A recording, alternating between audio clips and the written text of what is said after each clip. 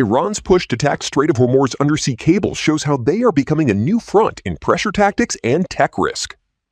Iranian Armed Forces Operational Command spokesman Ibrahim Zolfagari has recently announced that Iran intends to charge fees for the use of undersea cables passing through the Strait of Hormuz. While this news didn't come as a surprise, it certainly heightened tension surrounding the digital infrastructure of the Persian Gulf. Since May 18, the Persian Gulf Strait Authority has controlled the situation in the Strait of Hormuz. This new body was established by the Supreme National Security Council of Iran and is responsible for monitoring compliance with the maritime rules set by Tehran. It was created in response to the U.S.-initiated naval blockade that began in April. The entire Strait of Hormuz, including its underwater infrastructure, is now viewed by Tehran as part of its jurisdiction and an area of its strategic control. Even before the current escalation, however, discussions about undersea internet cables in the Strait of Hormuz had surfaced in Iranian media. The topic first emerged in July 2019 during a broadcast on the state-controlled IRIB television and radio network. While this figure seems exaggerated, since the global web has backup routes and much of the transit between Europe and Asia relies on other pathways like the Red Sea, Egypt, and the Mediterranean, the statement itself is quite significant. Back in 2019, the Arab nations dismissed these warnings as fanciful Persian tales, but they may have been wrong. The expert opinion expressed in 2019 was not an official statement by the Iranian government about an intention to cut the cables.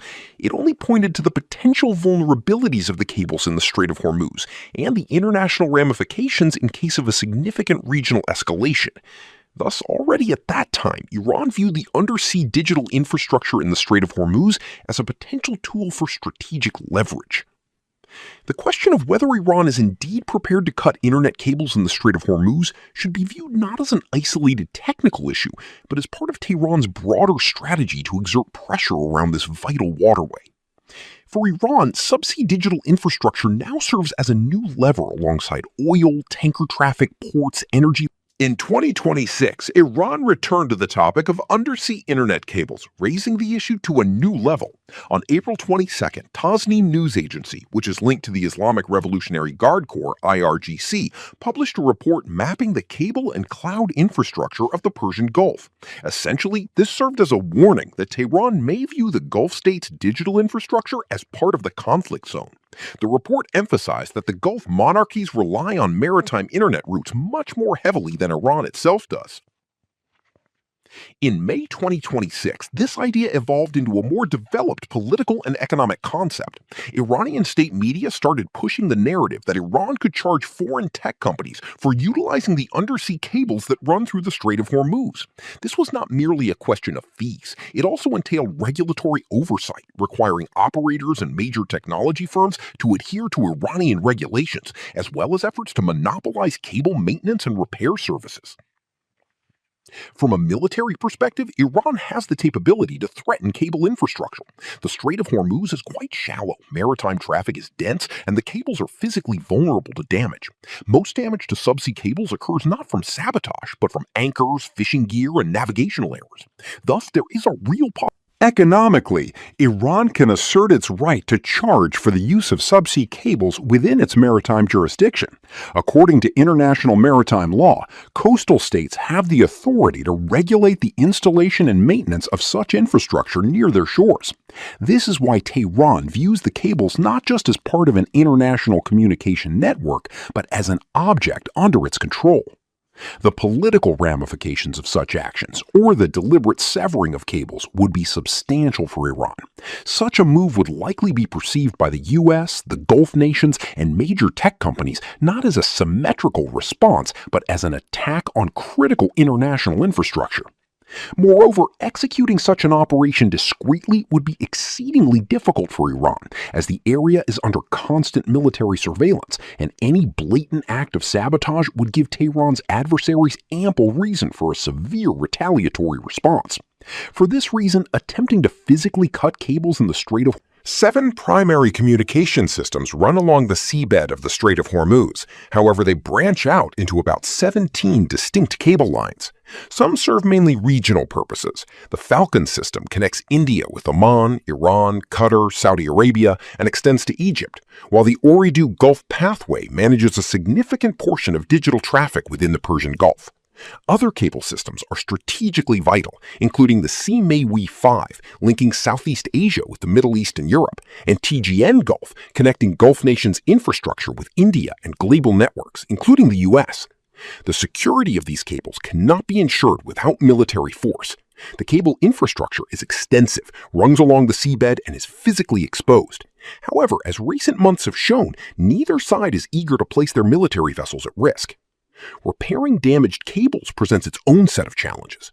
Restoring a severed cable necessitates the deployment of specialized ships to the area and that their safe operation is ensured. In the context of military tensions, this quickly transforms from an engineering issue into a political and military one. Without Tehran's direct or at least tacit consent, repair efforts in the Strait may prove impossible. This situation Damage to undersea cables in the Strait of Hormuz could impact not only internet speed, but also the region's connectivity with major global IT platforms. A significant portion of the digital infrastructure, including cloud services, data centers, corporate platforms, and financial systems, relies on international data transmission routes. Disruptions in communication with southern Europe, home to major data centers for AWS, Microsoft, and other cloud service providers, could be particularly sensitive. If data traffic from the Gulf countries needs to be urgently redirected through alternative routes, the process would put additional strain on other parts of the network. Consequently, users might experience delays, reduced speeds, unstable service quality, and interruptions in access to cloud platforms. Predicting which specific services will suffer the most in advance is nearly impossible in advance. Information about land-based communication lines, backup routes, and actual traffic redistribution schemes is typically not publicly available. Therefore, the repercussions will depend. Generally, one damaged cable doesn't trigger widespread internet collapse. Traffic can be redistributed through backup routes. However, if multiple cables fail simultaneously, it would cause a drop in internet service quality. In the Gulf countries, this could impact banking operations, digital government services, cloud platforms, corporate communications, messaging apps, and logistics systems. On a global scale, services like Telegram are unlikely to cease functioning entirely. However, in certain Gulf nations, this would cause problems. Messages may be delayed, the connection could become unstable, and in the event of serious damage to several cables, access to specific services might be temporarily disrupted. It is most likely that instead of actually damaging the cables, Iran will use the threat of such a possibility as a lever of influence. It suffices for Tehran to mention the possibility that these cables could become targets. This already alters market behavior. Operators factor in added risks, repair ships proceed more cautiously in the conflict zone, Gulf countries reevaluate. Meanwhile, the consequences of physical damage to the cables would differ based on the region. This wouldn't cause a global internet blackout. There are alternative routes in place, and transit between Europe and Asia relies on various paths. However, for the Gulf states, the impact would be far more severe, affecting banking operations, cloud services, data centers, logistics, and digital government platforms. The greatest danger lies not in a single incident, but rather in a prolonged disruption, and a situation in which repair ships would not be able to operate safely in the conflict zone. Undersea cables remain primarily a means of strategic coercion for Iran, a way to demonstrate that responses to blockades or military pressure could extend beyond the oil market to digital infrastructure as well. Physically cutting the cables would be a last resort, possible only done in the event of significant escalation. However, in the logic of its current pressure strategy, it wouldn't be the most rational move for Iran.